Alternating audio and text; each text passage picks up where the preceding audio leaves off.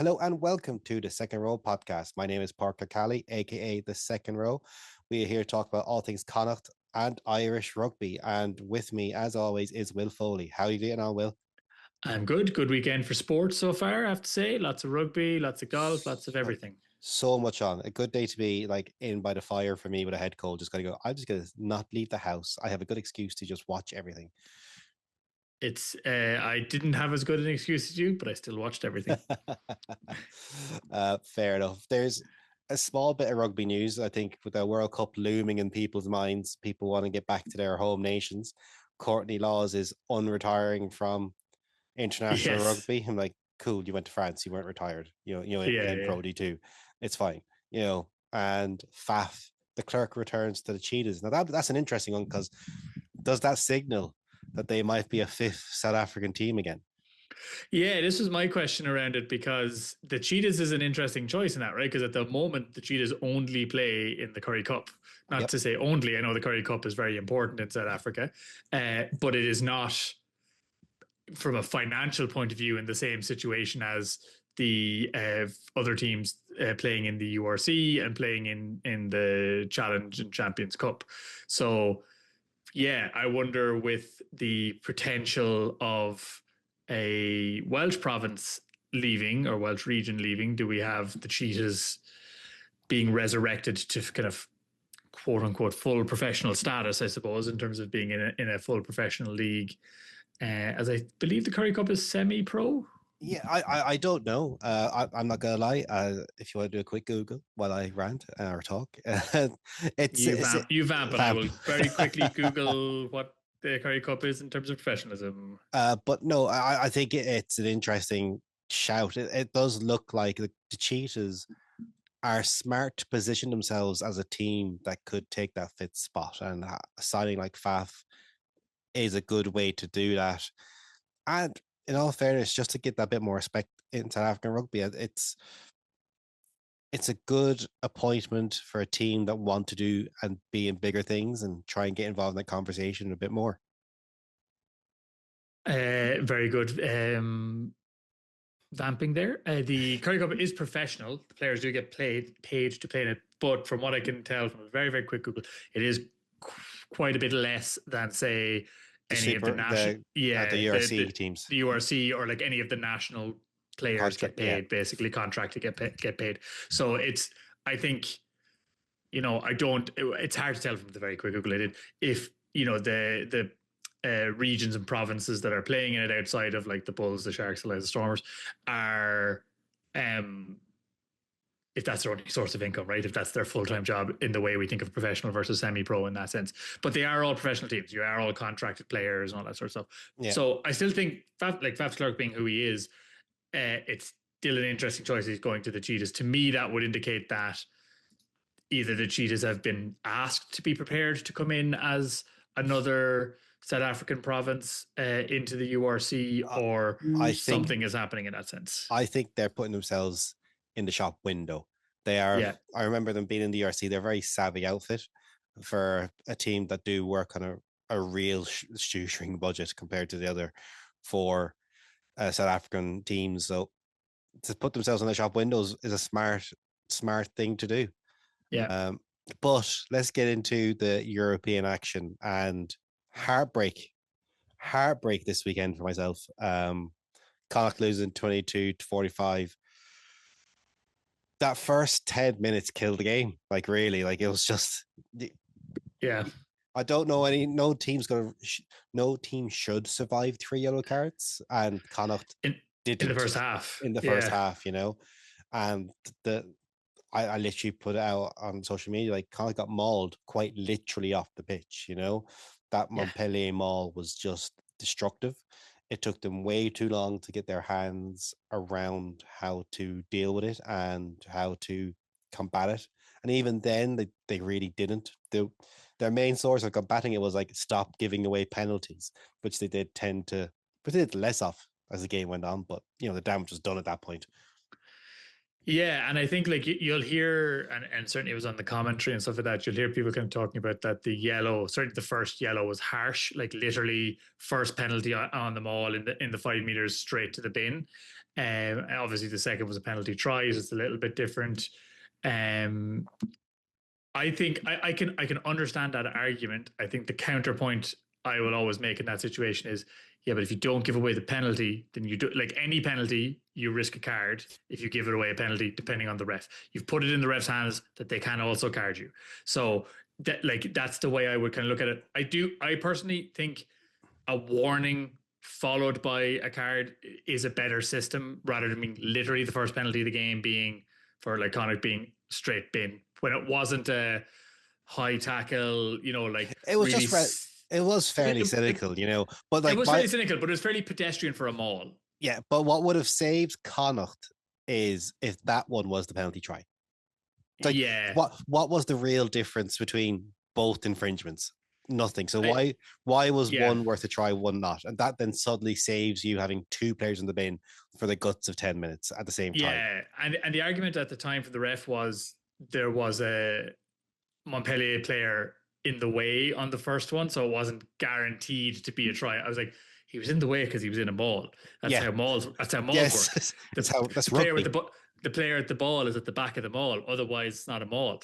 Like that's how that's meant to work. So I'm just like, yeah, I feel like kind of got no rub of the green in this game. Like even later on, the No. offside, you're like, there's definitely other games that gets called as offside. It was marginal, but just like they had no luck on their side in this game at all. No, at some time, and you do have to earn your own luck. And Yeah, it felt like as a lot of as players have kind of intimated themselves and fans all know might does make right. And Montpellier were the physically stronger team. yeah, Like they dominated contact. They were able to make soft yards up the middle and make semi line breaks and line breaks just through their power of their carrying alone. And Connacht actually haven't had to deal with that all season. We've been quite good in our front up defense, and suddenly having to deal with someone carrying so well across the pitch, not like just being a good offset piece or just good in a certain area. Like from 1 to 8 to then 9 to 15, their carrying was always able to create some form of gain line. And like normal, Connacht like gave up the half break, and their scramble gets back really good, and their set defense is once again relatively good. But it's just those punches come one after the other after the other. It just couldn't do so much. And that leads into that discipline thing of like one person making a tackle, three people like enter on a Montpellier side, all go to ground, and the tackler is then trapped onto four lads. Like he can't do anything yeah, about that, but he gives away a penalty for being not rolling away. And I saw in other games where there's a bit more leeway given to that. Whereas I felt like once again that whole might thing, they've literally marched you 5 meters back here. You're not rolling away on purpose. Like no, like yeah. and there's an element of Connacht just not getting to that read of the ref as well. Like I'm not going to say if it's right or wrong. Like it's a moot point. We lost by 23 points. Yeah, and I think it also it does like undersell how good Montpellier were, Yeah, right? completely. I think even 15 against 15, Montpellier were the stronger team. They were the more physical team. They wanted to win this game. Like they came out with a full strength team. They were at home. I mean, there's a small crowd from them, but that's French crowds when they're not playing a French team, in general. I And I would say it in terms of attacking rugby, I think Connacht had the edge. I think they put better phases together. Their just accuracy that has been very good for the last 6 weeks was well off. Yeah, I think that's more style than it is. Like we can argue better, right? But I think Connacht have a better have a more attacking style of rugby than Montpellier do. Montpellier's style of rugby is physical. Like Oh it, yeah, it is, you know what I mean? Like they are not a free, like even in French rugby, they're not a free flowing rugby team by any stretch of the imagination, right? they And played to their strengths yeah, incredibly well. It's just more in those. It took, how can I put this? Connacht could create line breaks through play and opportunities through their own play, whereas the Montpellier opportunities came from penalties because of being stronger or Yeah, stronger in contact. And that's where I mean by Connacht had the better exchange of things. Not that Connacht weren't the better team here by any of means, course. Yeah, yeah, of but course. in my mind, when I was watching that game, I was like, 4 of those passes go to hand. One of those balls bounced the right way. That game is towards the end 40-45. It's like the Connacht left at least 3 to 4 tries out there through their own, which is unusual for them, poor handling and discipline. And something I'll talk about later on in the Ulster game is that what they've been, that consistency in play and that sharpness that we've been used to was gone. And you have to give Montpellier credit for like impacting Connacht in that way, Yeah, obviously. But if you looked at where Connacht got their tries, there was a way to play this game at tempo. If your accuracy is up, then you're you're doing more damage to Montpellier in this game than we did. yeah. And I think that still comes back to being down to 13 men Yeah, for 10 minutes of the game, right? Like and so early in the game, like 6 minutes in, you're down to 13 men. It is such a kick in the teeth to your plans for the game. And I don't think there's almost no team in the world like that can take that kind of body blow and not have it just even affect the rest of the game, never mind the 10 minutes that you're in, right? Because you're now, you have to, like, from a fitness point of view, like you're just having to scramble so much harder, like that's going to wear towards the end of the game across the 13 that are out there.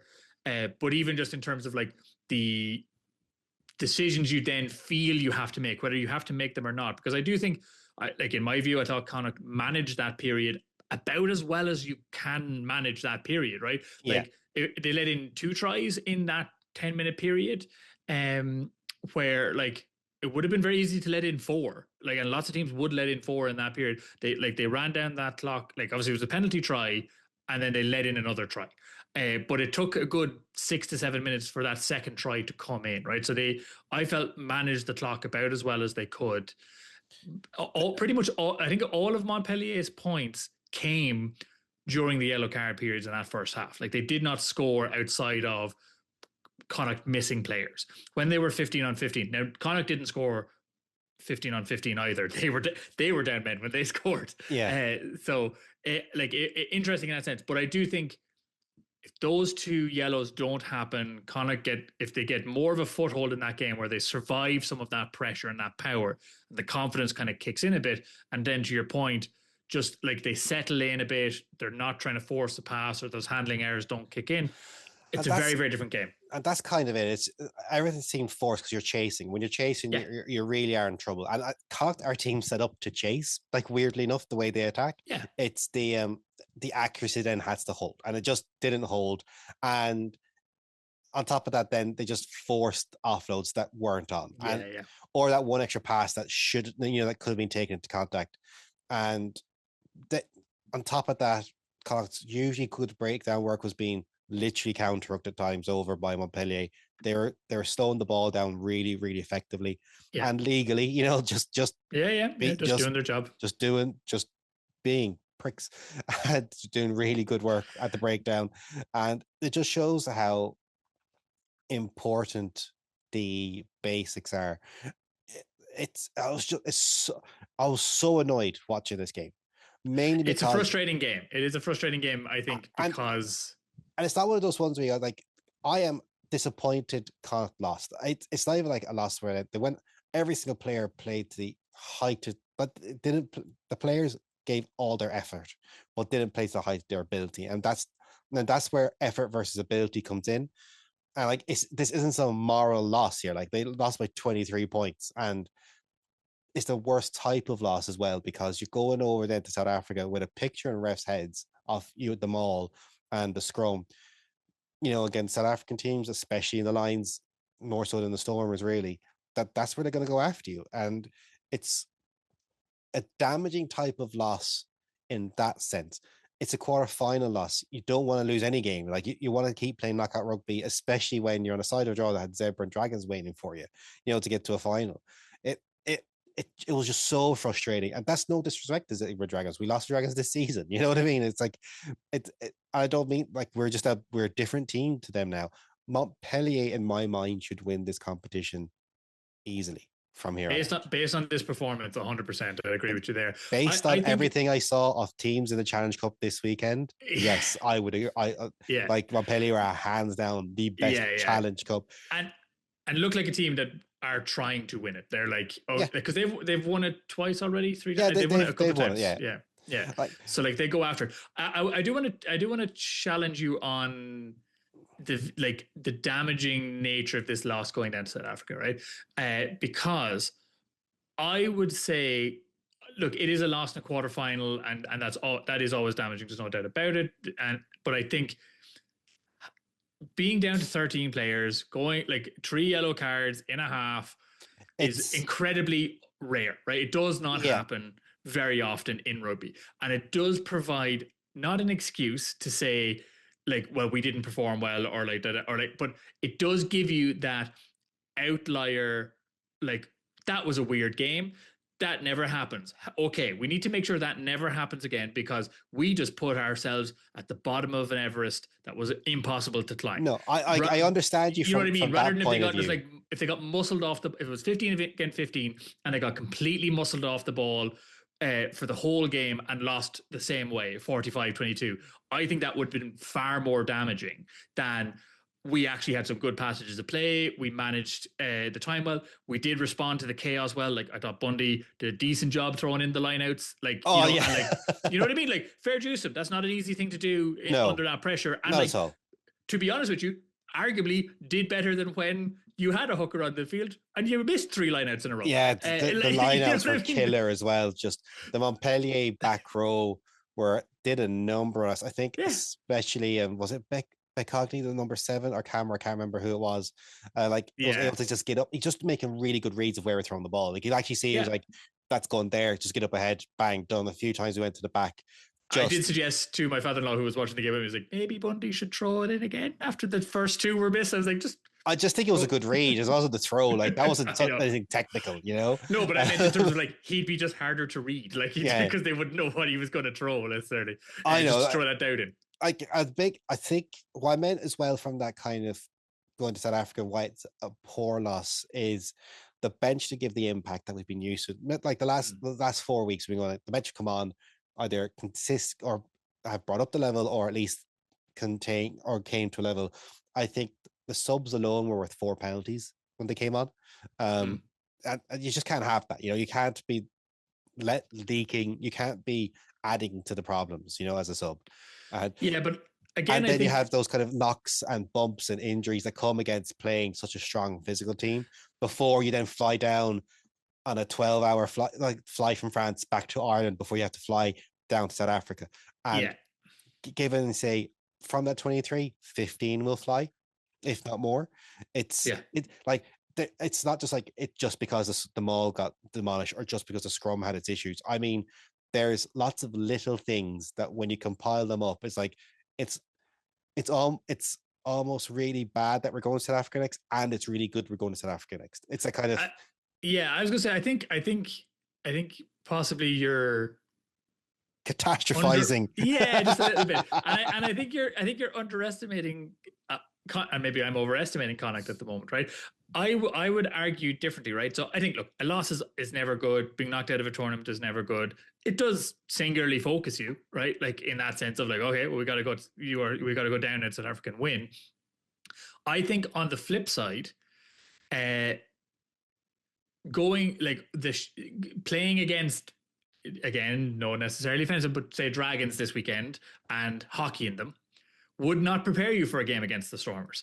That No. is as good a prep for the Stormers and for a trip to South Africa as you could possibly get. That was as physical as this is going to be down there. And like, that is a good reminder to the whole team. That's the level we're going into for the next 3 weeks. We are in for a siege. And like, we know that now, and like Yeah, we know what we need to fix. We will not get our nose bloodied in the same way in that opening 5 minutes. That's my takeaway from it a little bit. I know what you mean. I think it can be looked at in both ways, definitely. But I do think like three yellow cards in a half. It's just not something that happens commonly, and I think most players will look at that and say, okay, complete and utter like screw up on our part, made us get muscled out of this game, but actually we did fight back into this game, And there and was some and at really good various moments. stages, yeah, and I would argue like what after 45 minutes they were in the game, like they Oh, were like completely. they'd gotten the scores, they were back in the fight. And like if they'd have gotten a score when the Montpellier yellow card had come, if that 5 meter line out Yeah, like just get goes through, that's a different game, right? Like you might still end up losing it, but it's a just different because game. it finished, but it's a different game and it's a different outcome. Then you're like losing what, maybe 40-35 or something like that, Yeah, right? And you're like, oh, if only those yellow cards, and like even still, just a decision here, a decision there, that again, that try, that offside isn't an offside, blah blah blah. It's a different. You have a slightly it, different view of the game, and I think they will take a lot of that out of it. They will be like, okay, how do we turn two or three of these moments around, and then yeah. all of a sudden that game is a win. It's not a we got shellacked here, even though the scoreline might look like that. I just think that like when you get beat up physically like that, when you lose, it casts. It should cast a shadow. Like not that it does cast a shadow, it should, because it's like rugby's a physical game, and when you get quite Yeah, yeah, literally beaten up, it's like, okay. So the plan A didn't work. The plan B took too long to kick in, and when it yeah, did kick in, the damage had kind of been done physically because you could see guys getting tired as the game went on. yeah, And anytime things are being done with tempo, like Divine was very good, like bringing tempo yeah. into the game, sets up a really good try, creating that offside tempo. It's that those little moments were good, just far too infrequent. I think Shane Mullins, he scored a good try from bunding in the ball to him very, really well, but his defense went down to 13 to like just completely destroy a two like Montpellier 201. He had the good game. Like it's one of those things where you can kind of go player by player, go like good game by Billy Bone in the loose, but the scrum was a bit iffy. Like and like you can't say the pack had a good game because the ball got destroyed. Samilo has come off the pitch holding his ribs. Gilbert's come off injured. You're kind of like I'm counting the cost. Like I almost parked the loss very quickly. Then I was like, Yeah, then I started counting the cost of it. It's like yeah, yeah, I don't mind losing. It sucks. It feels bad at the moment, but like, okay, big picture, with 4 games possibly to save a season that 6 games ago didn't look like we're going to be in the situation we're in.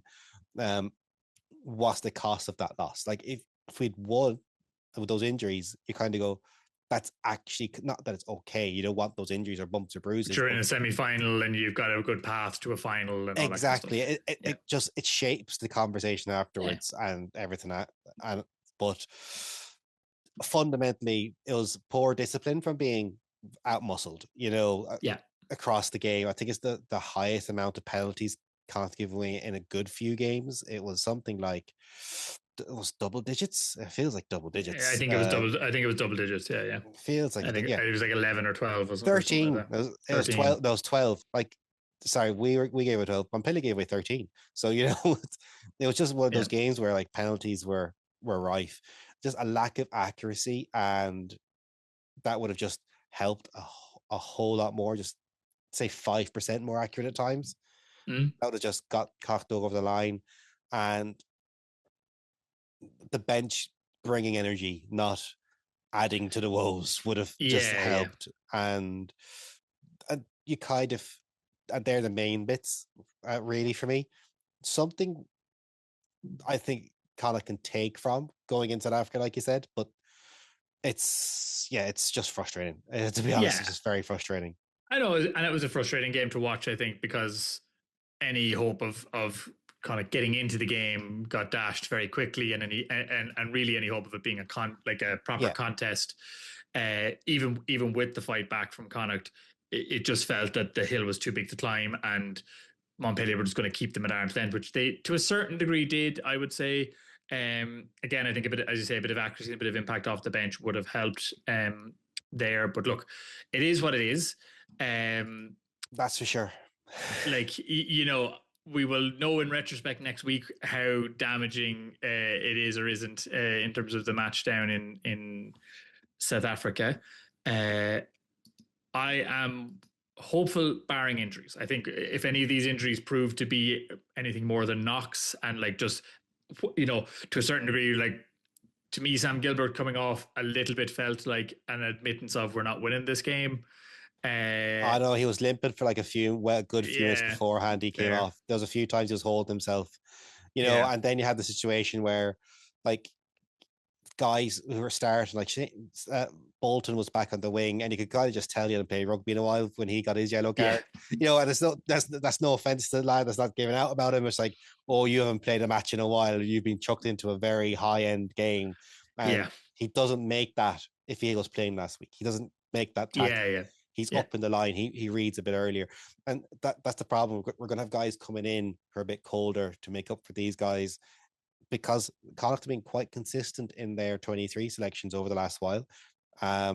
Because we got to business end. We got, and we're in the business end, and that's what you do. And hopefully we come out this with an outlook in South Africa, like we've said many times, get 4 points in some way, shape, or form. You're doing very well. Get more. It's a really good tour. Yeah, exactly. Yeah. So I think like either through bonus points or whatever it is, but yeah, picking up 4 or more points is a good tour in the next couple of weeks. So let's see what that looks like, right? One win gets you there. Like losing bonus points, all that kind of stuff. There's roots to it. So Yeah, we will see. I am. Let's see how they bounce back as well, right? I think we were talking about it last week in terms of the confidence growing in this team and the resilience growing in this team. This is a first setback since that early part of the season, like proper setback since the early yeah. part of the season. So it will be interesting to see how they react to it, particularly in a disruptive week where, as you say, travel back to Ireland. Plenty of disruption in Ireland in terms of travel at the moment. Jesus, Mary, Joseph. For those that are not aware, you can Google that. And No then comment. a lot of travel to South Africa and to play again. So like let's see. It's an interesting game. I feel increasingly that this game against the Stormers is probably like a season defining game in a certain way, right? Like if they even if they lose, but if the play is good, right? As in Yeah, like if they are competitive, if they can pick up a losing bonus point, die on your to shield me, type of stuff. yeah, to me that is like, and what I mean by season defining there is like it shows their ability to respond to the game against Montpellier, and it shows that they are a proper threat regardless of what happens the week before to them, across the board. I know. Like, in all fairness, I was watching the Leinster match. I know we'll get to it, and I'll talk about it. And I was raging. The amount of times we've played Sale over the years, I'm like, we would have beaten that Sale team. And then, like, if you could have Montpellier, which would have given you a better test for the Championship Cup, like, everyone would have been happier. Like, we just swapped the bloody teams. I was raging. We'll get there. We'll get there. But I think on that note, maybe moving on and on to our bit of Irish word I picked this week, just because I felt it was the factor in this game. Ultimately, was discipline. Connacht's discipline let them down. It led to the penalties. It led to the yellow cards, and that ultimately took any hope of them winning this game out, even outside of the physicality. Yeah, discipline is smacht. It's fair, nice. SMACHT, nice, simple word. Like, I know you got discipline there. If I said discipline, I would I be, know. I wouldn't have a house. I would, to be honest. I put it in there because folklore offered it up to me. Just saying. Yes. But I saw it myself and was like, well, that's some anglicized nonsense, is what that is. But I was like, I will put it in there because it will cause a reaction for everybody listening. This is a common thing that happens in Irish at times when they just want to make a word, and all they do is Irish it up a little bit, take the English word and go like add a fada and drop the E from discipline, and you've got discipline. Escalator is my favorite one of that one as well, which is just escalator. No, And you're just like, there is a I know version of that. I know it's not, but you know what I mean? That was the anglicized version that they came up with, where it's just like, you don't even change like really the letters, you just like pronounce the O a little bit more. In all fairness, escalator. Wait, escalator. Escalator is the stairs. Yeah, Yes. escalator. Actually, yeah, I was like, well, escalator. There is a group that actually said Styre Luchte, like for that. Yeah, That's yeah. there's not, Yeah, but moving someone actually stairs. moving stairs. Like someone there's a group that do words, and then there's a group that do like, oh fuck it. And Yeah, yeah. We I just Irish up an English word. yeah, we like the other. I like the first crowd, but yeah, the Aspasmacht at Connacht Deir that there was a lack of discipline in by Connacht at the weekend. You know, gan smacht de Godimmerha Galki tall. Sorry for that now. Mar will smack that thing and Haughty and Leros by on triples at Clifford Wilkins. So if you don't have discipline on yourself on both sides of the ball, you're gonna have a very hard time to win a match, you know? And Connacht had a very hard time winning a match with that lack of discipline. Yeah. Simple as discipline is smart. Smacked it is. Anyway, moving on then to we'll keep maybe a little bit. We'll save Leinster for the end, so we'll move on to We'll stay Friday with the night. Challenge Cup. We'll stick with the Challenge Cup, but then Stick with the Challenge Cup. So Ulster against La Rochelle. Ulster 41, La Rochelle 24. In what is my view, Ravenhill attempting to steal the Sports Grounds title as the worst weather pitch in rugby in Ireland. Have we had a good game weather game there in the last 2 months? Genuinely, it's just, and like not just like a little bit bad, genuinely awful every time in Ravenhill at the moment. I do not know what is going on up there. Every time I see an image of the post swing, I just think of the back to Father Ted of like, great, fine day out there, Ted, and they just cuts to the hurricane outside the window every single time. And like we were watching the game at home, and I was like, do Ulster have the wind? Are they playing against the wind? They had the wind. No, La Rochelle had the wind in the first half. In the first half. But it was like, at times it was hard to tell because it was swirling when it got so high. But yeah, look, the weather meant that a rugby game couldn't really break out. But then La Rochelle were not interested in the rugby game breaking out. They sent whatever 23 people were hanging around before the airport is what it felt like going up to this game. Every single time they cut to Raj looking at a laptop, like he's just watching The Boys or he's watching some series on Netflix or something. Like he doesn't want to be here. He didn't want to be here when he played for Munster. He doesn't want to be here when he's coaching La Rochelle. He had no interest in Challenge Cup. He played a tight head prop in the second row. Is that the number 4? Yeah. Alexander, whatever his name was. Like, he described his own young players as under the radar. You're the head coach. How are they under the radar? Did you just pick the development squad? Like he did not care. This is not their focus. Like obviously they're injury prone at the moment. That like top 14, like they're 8th, I think at the moment in the top 14. They've got Bordeaux. They got Bordeaux next week. Like that is clearly their focus. And that was evident in this game. The reason that this was not a bigger score from Ulster was the weather. And I actually have a thing about that as well for when it comes to Ulster, because I've realized they've been bugging me the last couple of weeks. And it's been since that Ospreys match. So since the Ospreys game they lost, it's been genuinely bugging me since then. Are they literally a fair weather team? Is that what we're learning about Ulster? No. They can't play in the wet. So we're talking about discipline earlier on about and there's 2 types of discipline. There's like discipline in penalties, like having that ability, not infringing, not infringing. But then you have the discipline in focus as well, and keeping yourself disciplined in your mind.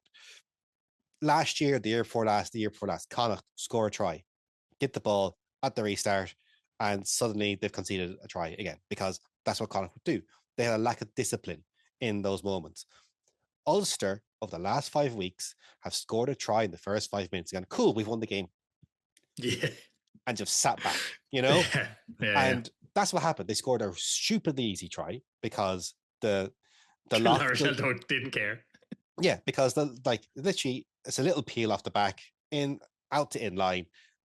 The second row, I can't remember which one it was. The prop second row. The prop second row jogs out, stands out, sees the player running, goes, "Oh, I was meant to be there." And then starts moving when the damage is done. And Ulster go way off to go. Then after that, for the next 10 minutes, Ulster played the loosest rugby I've ever seen. You kind of going, they didn't respect themselves enough to put La Rochelle to the sword by playing simple, basic rugby. And that's all they have to do is just have a bit of discipline, to just have a bit of control of yourself. And that will be done. Because the second they did, just good kicking, good chasing, it created opportunities and tries. And they looked good. When they played, they looked good. Yeah. And it wasn't even that they played, just kept it simple. Good kicks, 50-22s, good chases. Just doing the simple things right led to tries. Like Stockdale's 50-22. Set up a try. 50-22. Yeah, it was brilliant. Very nice. Brilliant. Yeah, brilliant 50-22 on a day where he was making mad decisions some of the rest of the time. You know, Bryn Ward will never score an easier try.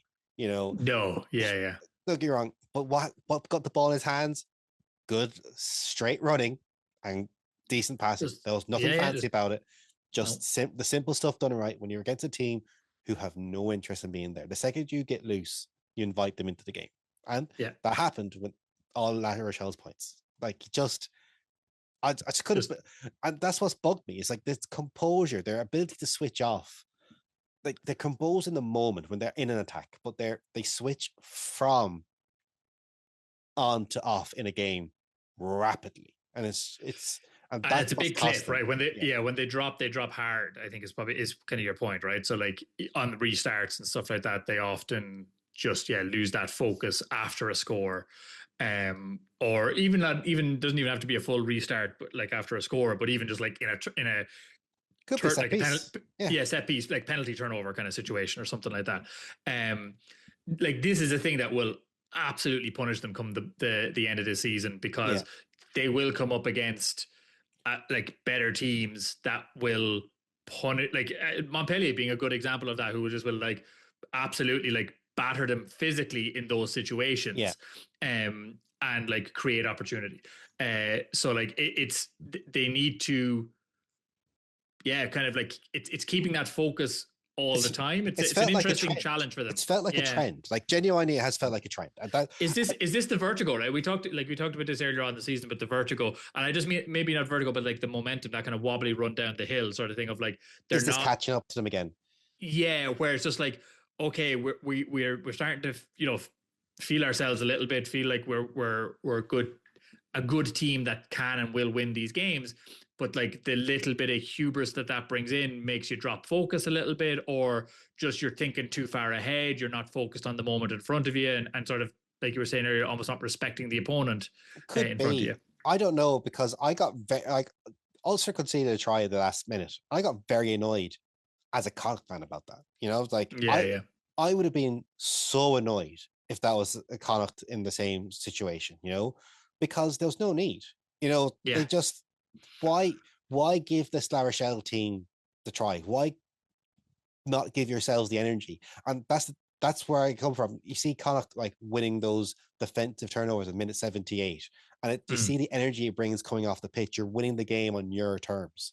You Yeah. know, it's It's also the training moment, right? Like if you've won the game, but you're kind of at the end of it. I get not wanting to risk injuries, maybe, but there is an element of like you said, we want to win the game on our terms. But also, it's like we will find ourselves in a game where we have to defend on the line at the last couple of minutes. This is an opportunity to practice and to like not practice, but like put into practice what we have been training. yeah, Like let's look at our defense in this moment and like give ourselves the footage and give ourselves the review of like, does what we're planning to do work in this moment against a team like this? that's it.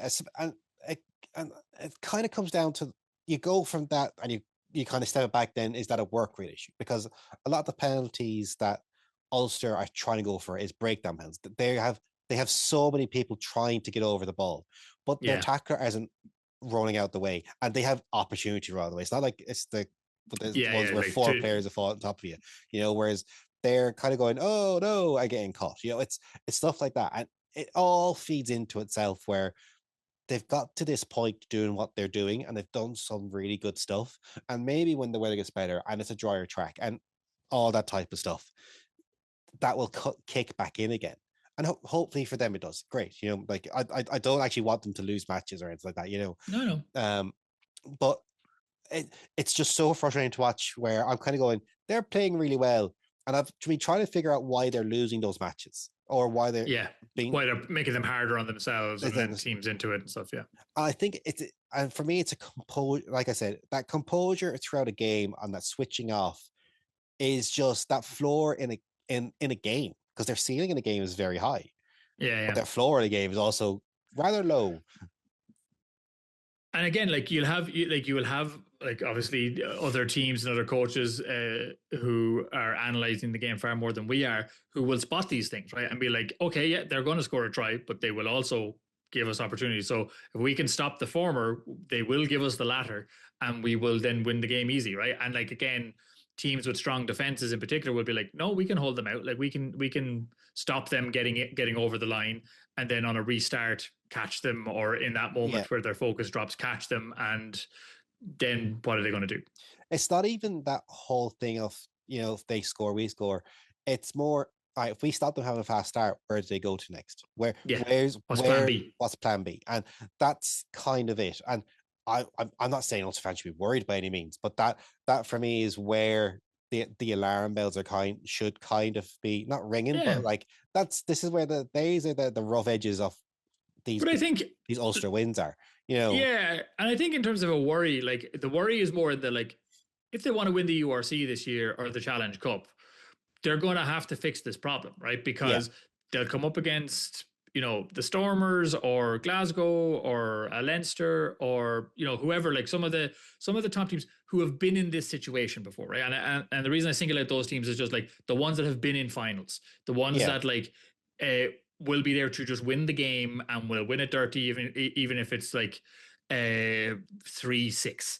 They won't care, right? They'll win the game in that sense, and like will very much be focused on keep us drive for 5 minutes. We're not going to fire a shot. We're just going to absorb them for the 5 minutes and like deny them their opening score and their place in the game and see how they react and all that kind of stuff. And in a final that will be new for a lot of those players, that will again just be a psychological challenge for them in terms of their focus if they haven't been in that position before. And that it's more that worry. And like I fully hope it is a all Irish URC final this year. I fully hope they're up against Montpellier in Bilbao and all that kind of stuff. You know what I mean? Like I hope they are in these situations, but I would be worried for them based on that trend at the moment. yeah. And I don't think they have the base to really sing off like a perfect lineup or perfect scrum that they can fall back on in those situations. It's and that's those they're the cornerstones of what you need in games. Like, so I don't know. I think they should go far in both competitions. They're gonna be in the URC knockouts. They're gonna will they beat who are they against in the next match? Is it Benetton or Exeter? Isn't that it? No. Yeah, Yes, yeah, it's Benetton next. Their next match, and it's you're kind of going, all right, that's not an easy game. Like it really isn't. Like they're up against Exeter in the next game, and I have been to a degree impressed with what I've seen with Exeter the last 2 weeks. They they will have a certain set of skills that Ulster won't like, I think is the way I'd put it. I think yeah, they're a bad matchup for Ulster. Same way Montpellier were a very bad matchup for us. yeah. So It is at home as their only advantage, I suppose. yeah, and the Ravenhill does really get them over the line at times, and it should do again. But like into the URC, trying to finish off the season on the highs to give them a boost into those games. That's where I can see these wobbles costing them just a bit of confidence. Yes. Yeah, it'll be interesting to see. Definitely. I'm not sure how it goes, but it'll be interesting to see. Right. So before we move on to our next games, I think unless you have more to talk about the Ulster match.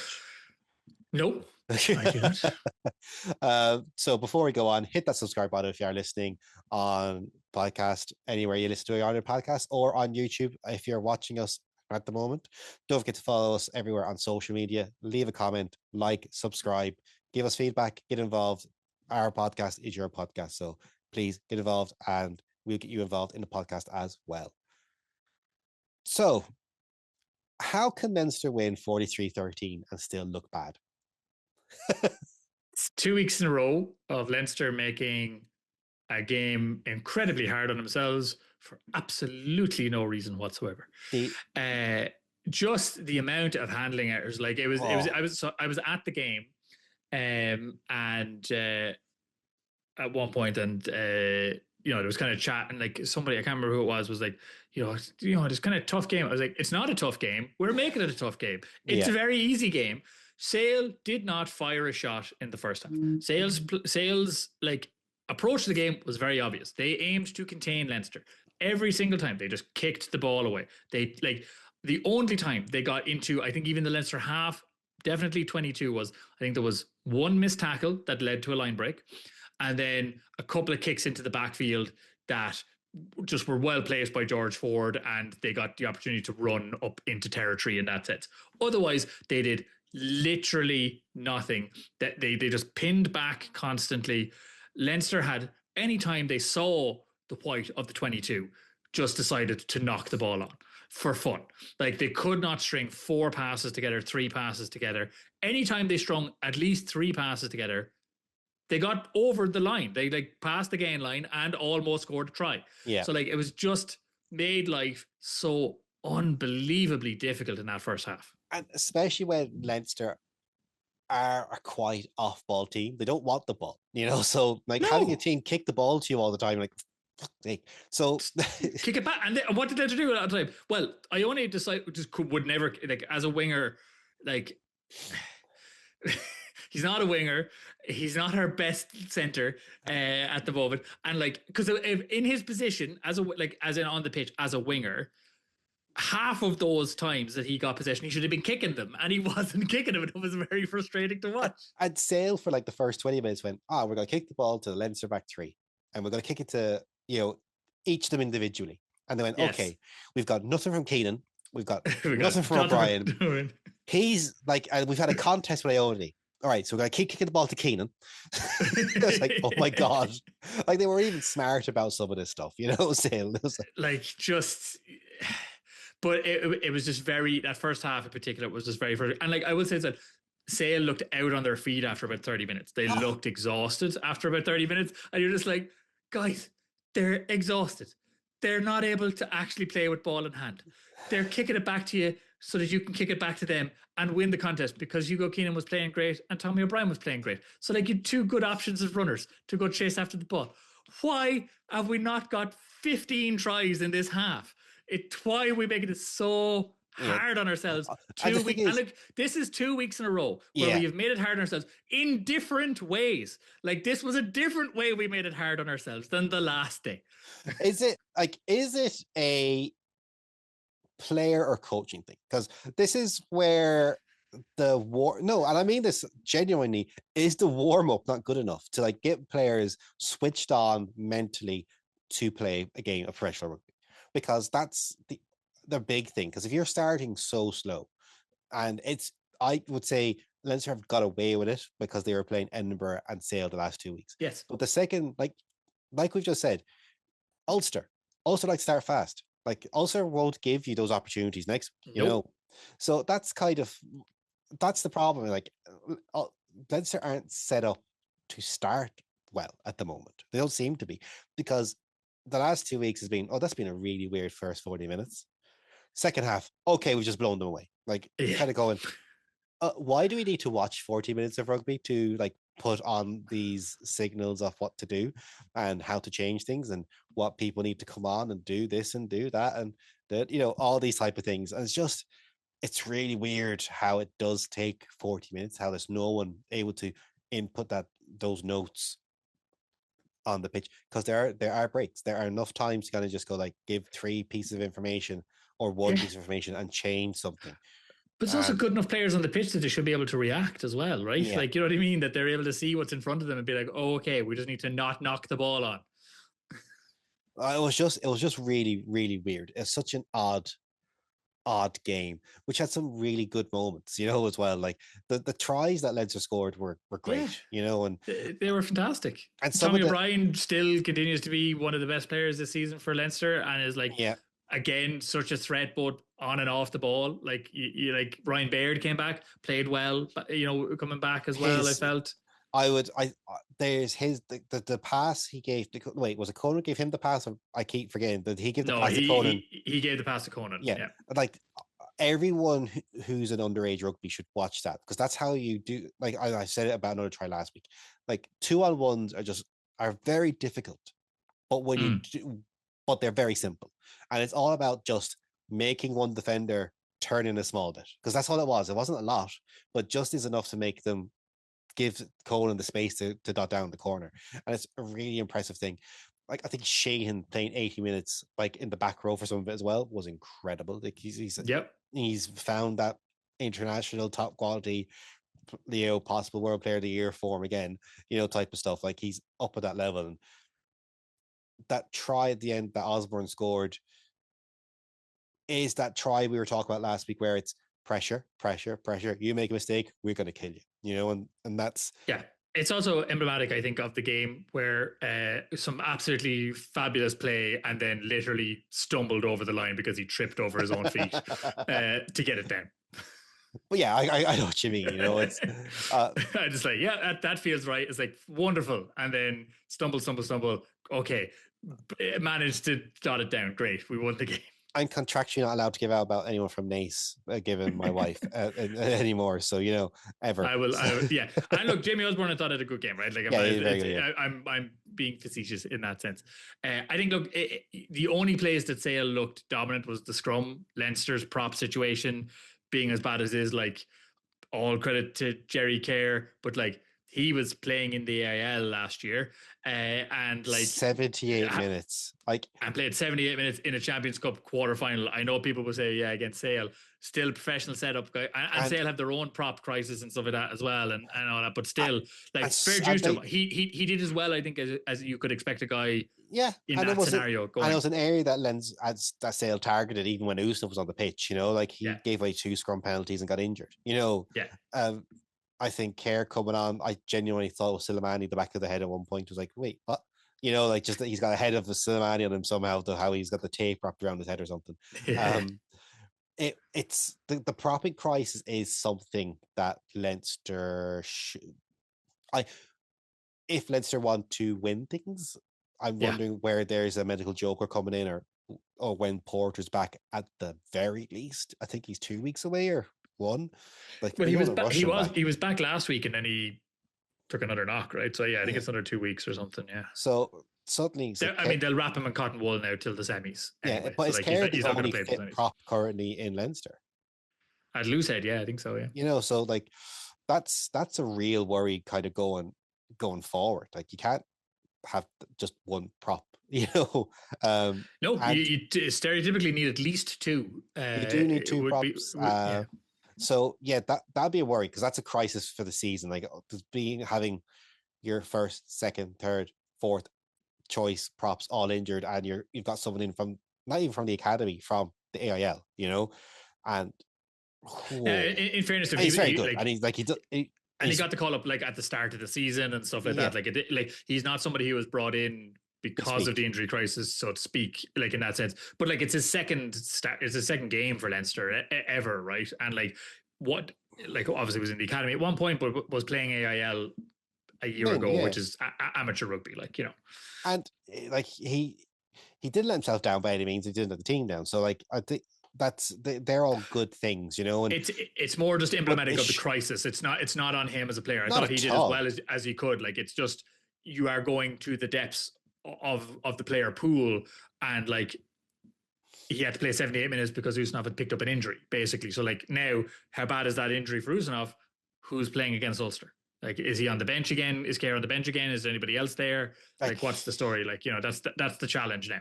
And Tom O'Toole will be seeing anyone that's not Porter and going, thank you very much. He will, if he's playing. And I'm guessing he will be playing next week.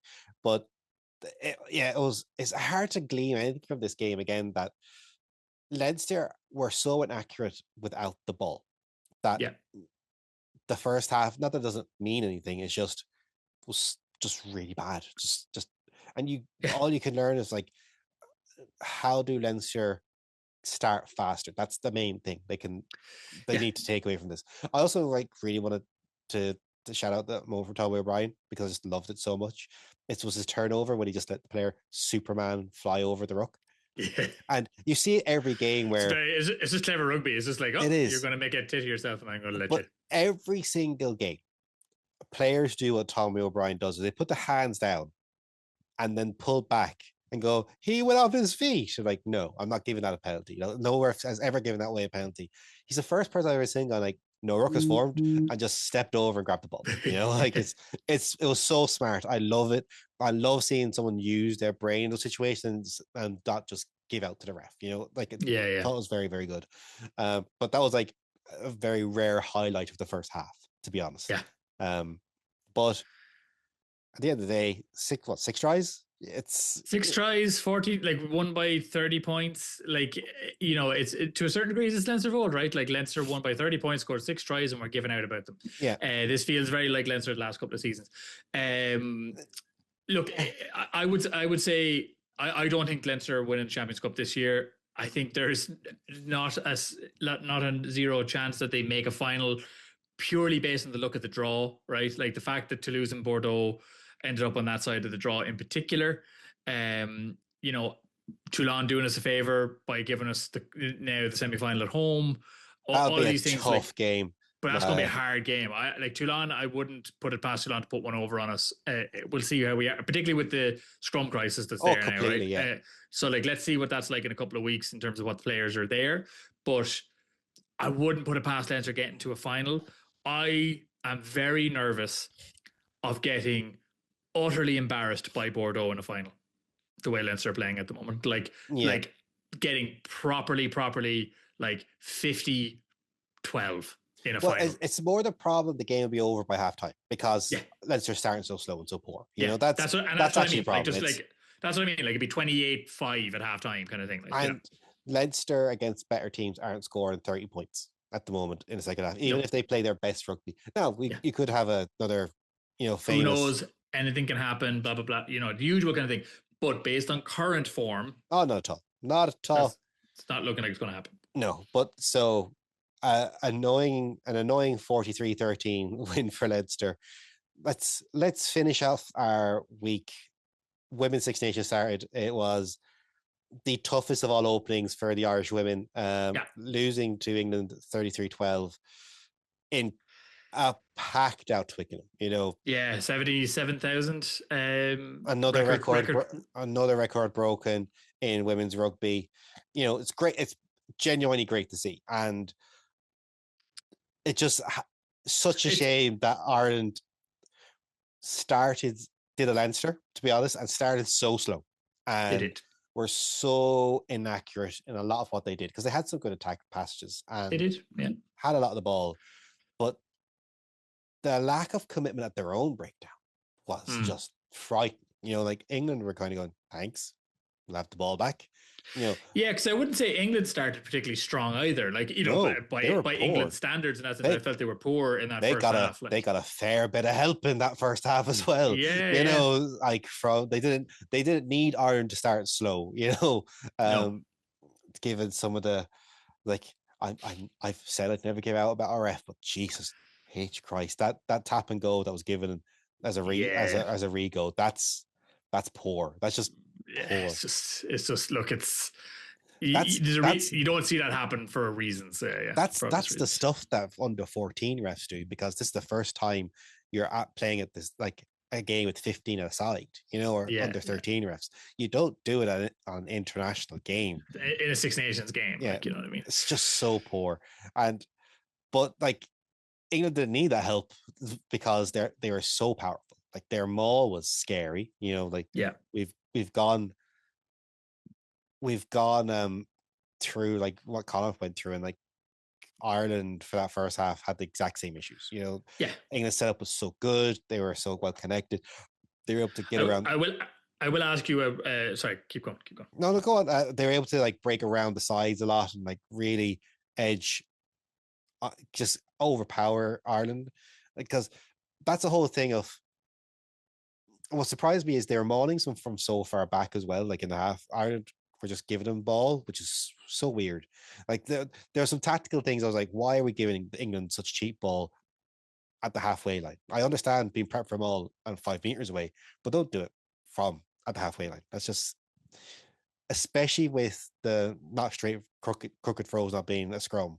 If you're not competing, like I'd always compete. Like it's just really annoying, and maybe it's because Ireland's lineup wasn't great again. Like it's an issue that's kind of followed them through. It could be first game of the Six Nations issues. That's what I'm kind of hoping for, to be honest. Yeah, and I felt a little bit like that in the second half, right? Like they definitely tightened up in the second half, played better and stuff like that. But yeah, I have two questions, I suppose. One is a rhetorical question. One is less rhetorical. The less rhetorical one is this just a little bit of a is this kind of again the gap of not having that domestic league like professional kind of setup for the Irish players, and just again in a tournament like this, it just takes them that bit longer to get back up to the standard because they're not getting the same level of training and commitment and like games and all that kind of stuff up front. And then my rhetorical question is, how does one defend Ellie Kildon?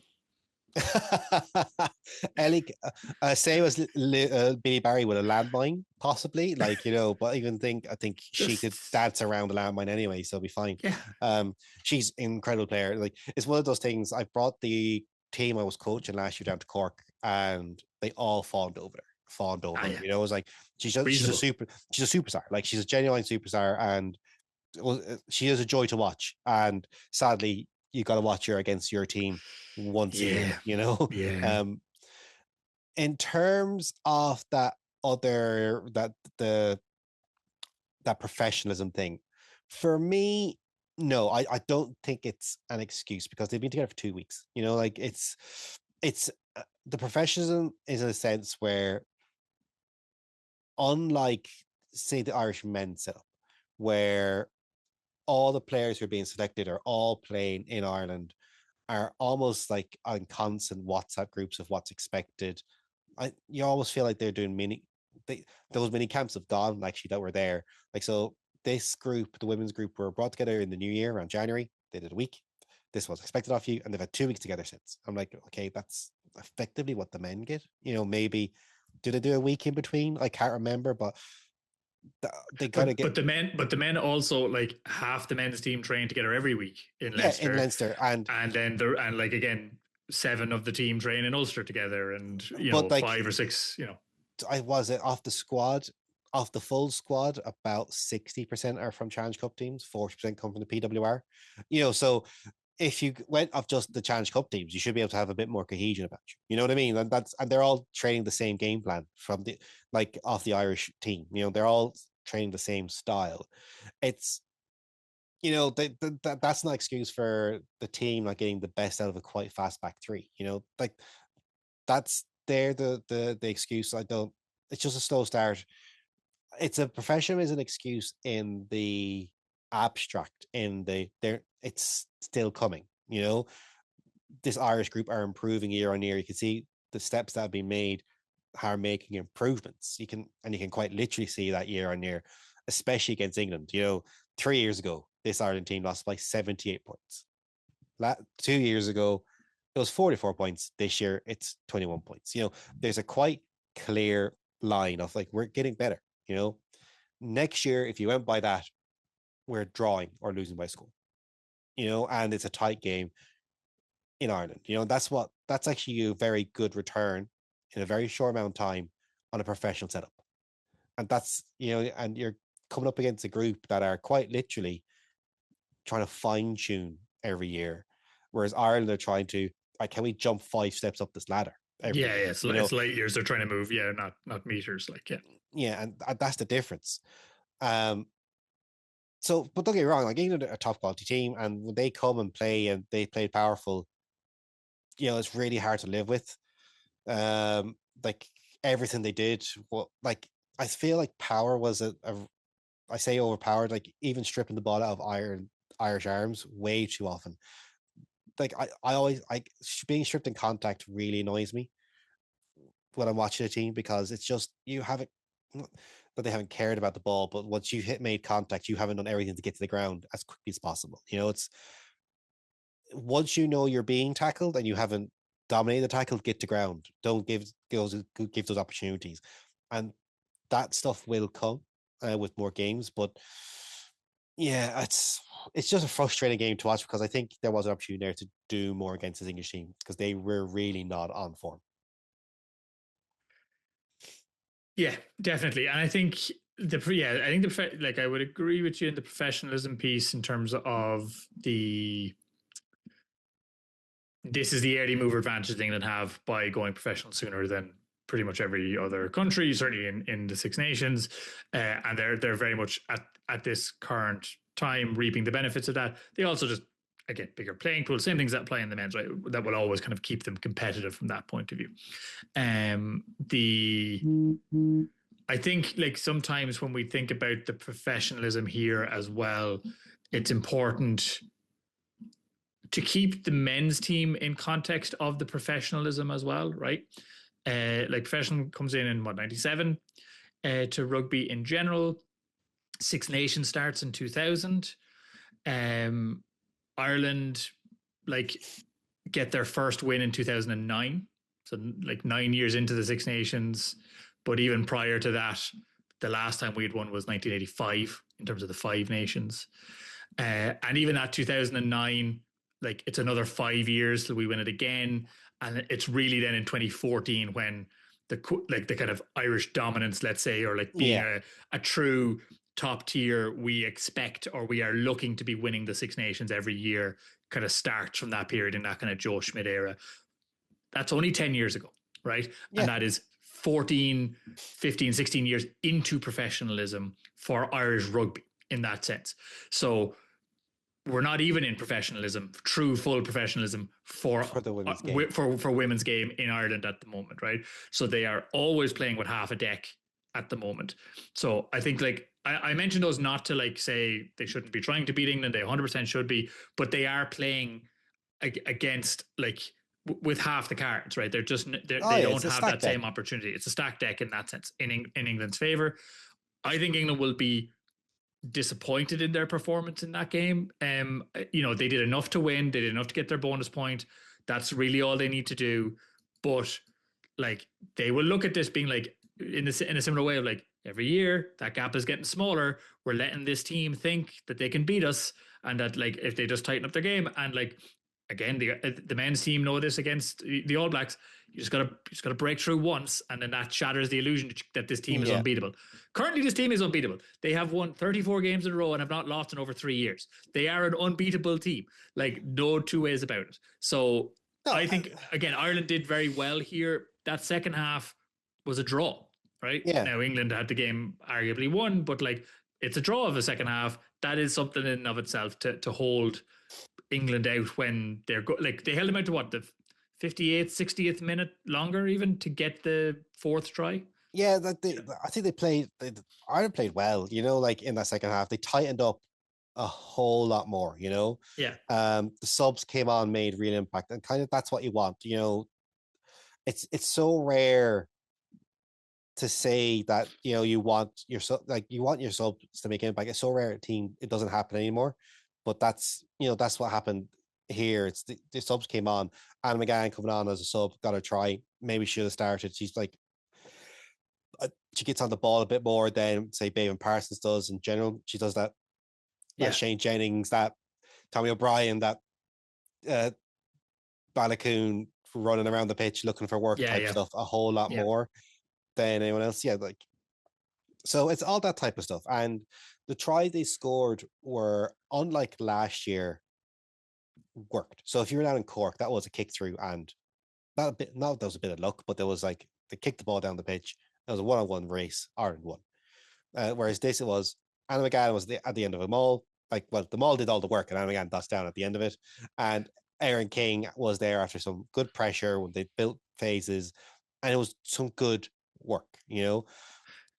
It's team tries versus individual tries. I think is what you're trying to say there. Yeah, exactly. And you're showing that you're seeing those cohesion points, and it's playing till the 80th minute and not letting England away with just fading off a small bit, you know.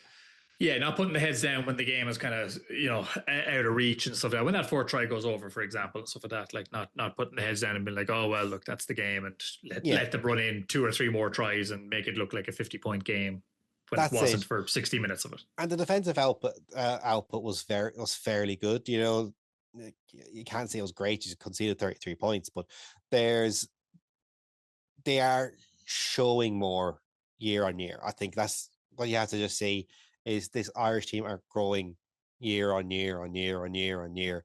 Like 2 years ago, the top try scorer for Ireland was penalty tries. You know, like no one got over one. It was Yeah. like so everything's got to be in context. But in this game, they're just well beaten. At the end of the day, it's the whole thing of like Yeah. it's viewing the game as a game on its own, and then looking at the game in the context. And you, for the next couple of years, for women's rugby, Ireland, you'll be doing both against England. I will, if this was a performance and scoreline against Wales or Scotland or Italy Yeah. Yeah. or even France, to be honest. Like I think on our day we can give France a shot, a rattle. Um, I'd definitely be talking with a different tone and a Yeah. different vibe in general. But no, I think it's no one expected Ireland to win, and I think they've shown that they can close the gap bit by bit. No, I'm with you. I think like it was always going to be an absolute like I think like England being completely off the ball to win Ireland to win this game. Like if we would have been into Ireland playing out of their skin and England having a bad day for Ireland to win, and I don't think anybody would have seen it any other way if that had been the result. Um, but equally, the goal here was to play well, not lose valiantly, but like see improvement, right? That's Yeah, it. And I think we saw improvement. I think the team will grow into it. I think it's a good result going into next week against Italy. Italy were badly beaten by France. That will be and a possibly should have good, lost by more. You know, it's yeah.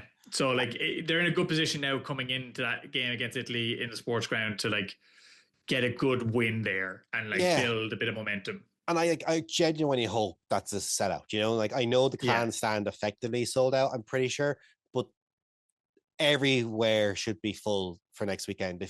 If you're in Galway or if you're near Galway and you can get to that game, do. It's just I I hate. I don't mean it a cheerleader way either. It's like Irish fans have been screaming for international rugby to leave Dublin yeah, for aeons.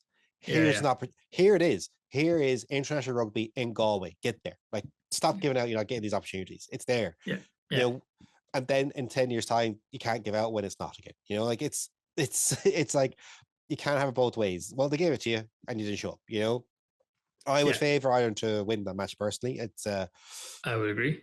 and it will be a good game. Italy looked really off the ball against France. France could have won that by more, but Jesus, they made hard work of that first half.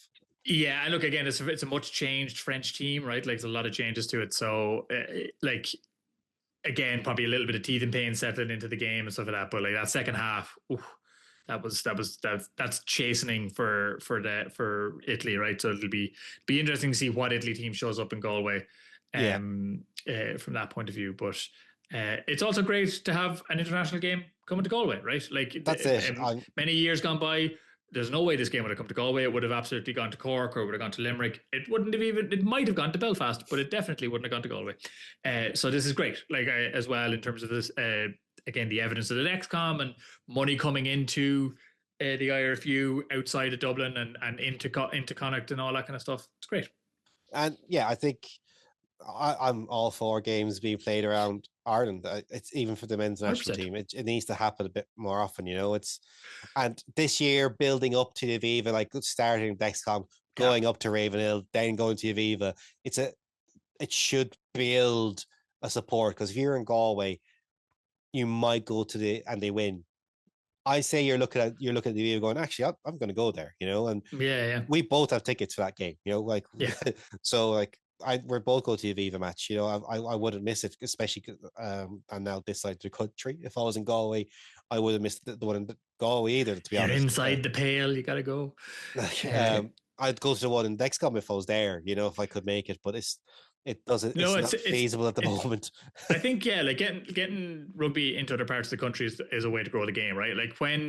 Um like No, when Leinster when the RDS was getting redeveloped, I know from talking to some people, one of the things that they looked at, and if they could have made it work, I think it would have been an absolutely amazing thing, was to road show Leinster around Leinster, yeah, basically, it's like to just go to the to it's a go to the killer for GA cost. stadiums.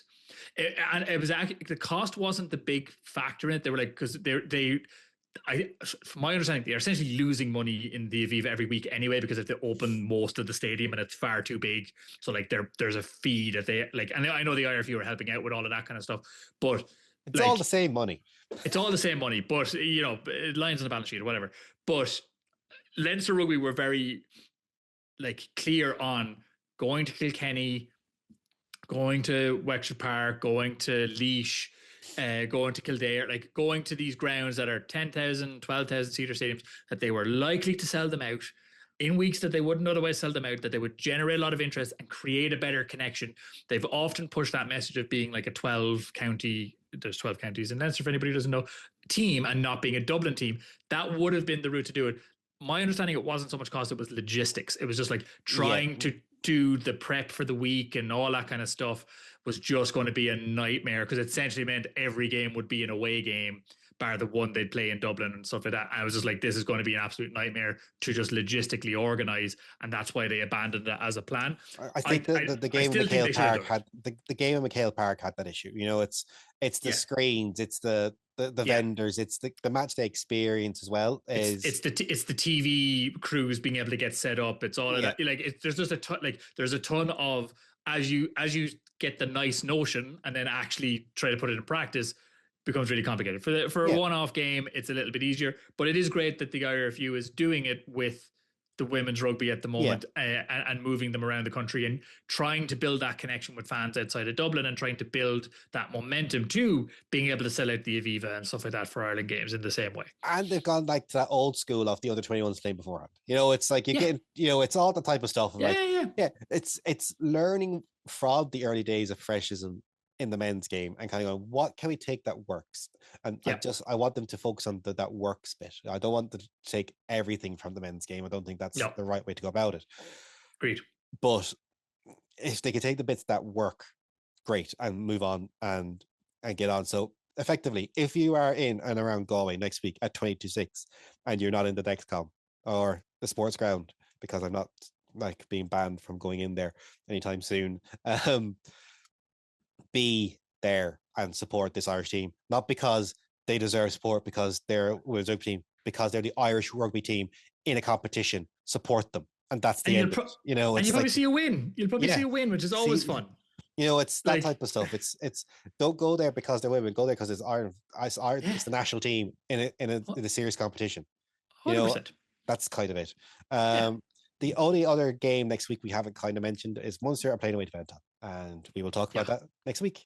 So I think maybe just to, very quick, we would, because we would give Munster the fairness that's right. Munster have had 2 weeks off, essentially. It would be very interesting to see how they have reset after that defeat. Benetton will be very annoyed and will be in a bad mood after their game this weekend. So I am interested to see how that goes. That's going to be a very, very interesting game to see how it plays out. It will be an interesting game. And, with Leinster and Ulster and Interpro up in Belfast, there's a nice weekend's rugby in the URC to watch with the women's Six Nation on top. I'll just manufacture another reason not to leave my house. Be grand, fine. And that'll be me sorted for next weekend. So everyone, thank you all for listening again to us this week. We will be next week. So remember to, if you want to get involved or want our opinion on something, do get in touch, subscribe and like the podcast. So until next time, goodbye. Thank you all for listening. Bye-bye.